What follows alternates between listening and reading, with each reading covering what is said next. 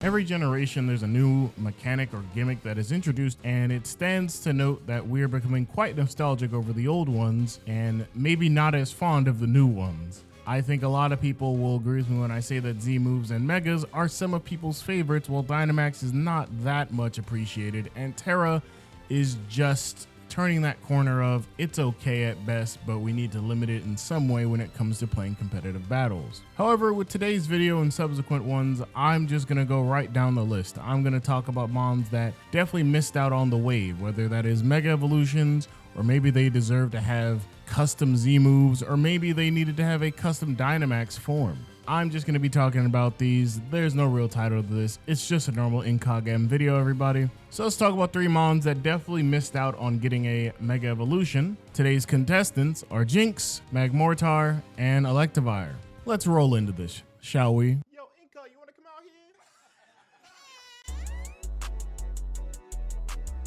The worst Pokemon out of the 3 is definitely Jinx. I don't think anyone can try and convince me otherwise. Electivire and Magmar have their own niches and different generations and tiers. Jinx has its own niche, but it's usually in the lowest tiers, generally speaking. And Jinx definitely is the worst based on the fact that from its counterparts usually being Electabuzz and Magmar, Jinx never got an evolution. So that's pretty not cool. So rather than giving it an evolution so it can hold an Eviolite, which I mean would not fix any of Jinx's issues, it would probably just make it worse off because knockoff would just become so automatic. We're gonna go ahead and do Mega Jinx first. I think this is a very interesting concept. So first and foremost, let's go over Jinx's, stat. Has 65 HP, 50 attack, 35 defense, 115 special attack, 95 in SPDF and speed, totaling at 455. With Mega Evolutions, you usually will be going up at least 100 points, so that's what we're gonna do here. We're going to upgrade its HP by 15, giving it a base 80 stat, dropping its attack to 30,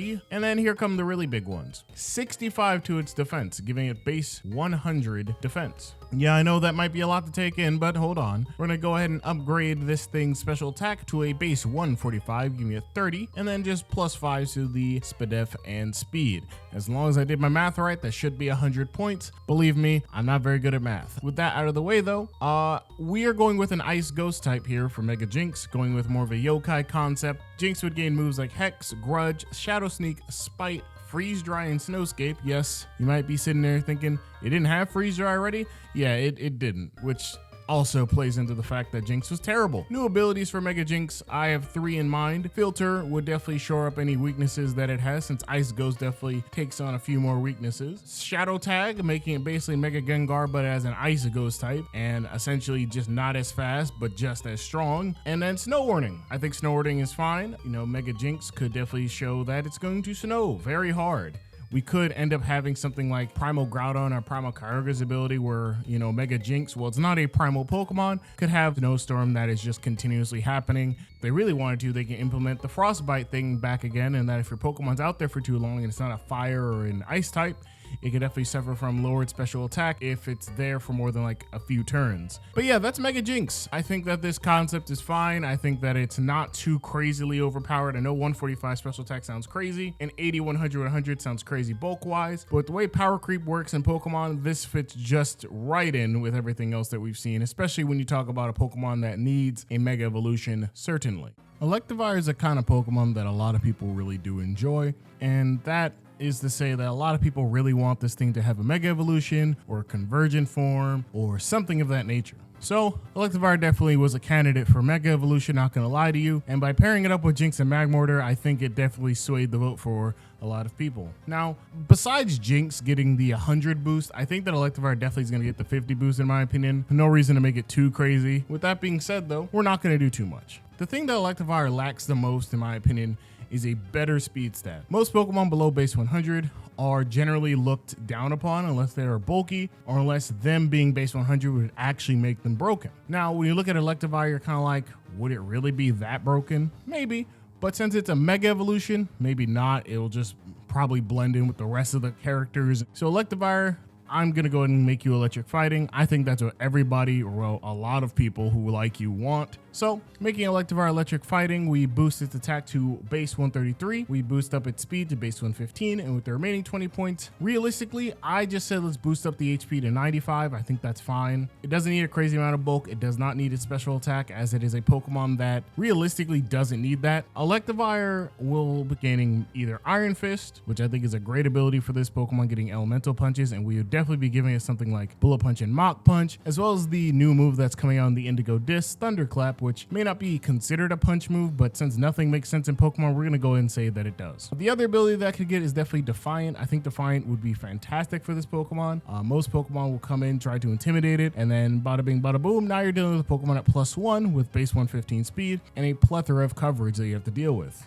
The last, and certainly maybe impartial-ish, I guess, ability you could give it is Electric Surge, by just letting it come in and, you know, light it up. Basically, that's really all you have to do. Now, conceptually wise, I didn't really have anything for Electivire. I kind of just don't know what you would make this amalgamation of a Pokemon. I mean, if anything, I'm pretty sure Electivire is kind of based on an Oni, so you could do something that's a lot larger and more Oni based, or you can do a Yeti that's a lot larger and it's a lot more Brawlic or whatever have you. Think Voldon in Pokemon Battle Revolution, but a lot larger basically. I know a lot of you are not going to know who that is, but if you do know who that is, you get a senior citizen discount. Magmortar is probably the biggest Pokemon where I knew what I wanted to do with it from the start. Magmortar would be getting Mega Launcher. I think nobody has any real controversial opinion about that. Well, it wouldn't get Water Pulse. It would definitely get things like Aura Sphere, Dark Pulse, Dragon Pulse, Terrain Pulse, Heal Pulse, you know, why not? However, it's really the typing that most people would be kind of confused by. I think that you're going for more of a Pokemon that has a cannon or 2 cannons on its arms, I guess, and maybe it could have a larger one, kind of similar to Mega Blastoise. So we could see something, just a large ash cannon on its back. And realistically, I think Fire Steel is fine and Mega Launcher is cool. However, we have to make Magmortar faster because that's really where it lacks. While yes, you could argue that, you know, making Electivire faster may not be needed, Magmortar definitely needs it. So we're gonna go up 50 points again, obviously. I don't think that's too controversial for anybody else either. By going up those 50 points, we could see Magmortar hitting a nice 113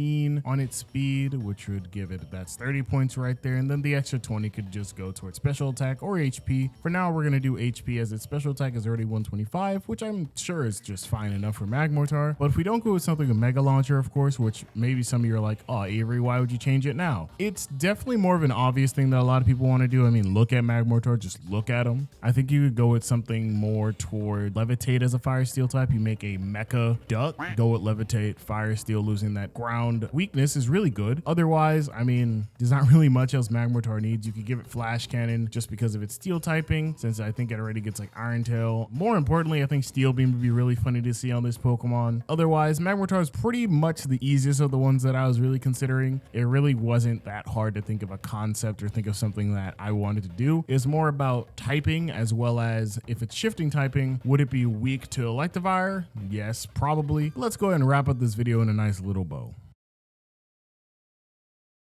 There's nothing else here. Well, regardless, I figured I'd make a few simple sketches of what Incog had in mind. If you guys also like the designs, let me know. I'm curious to see if you guys would like the series to continue. But for now, take care.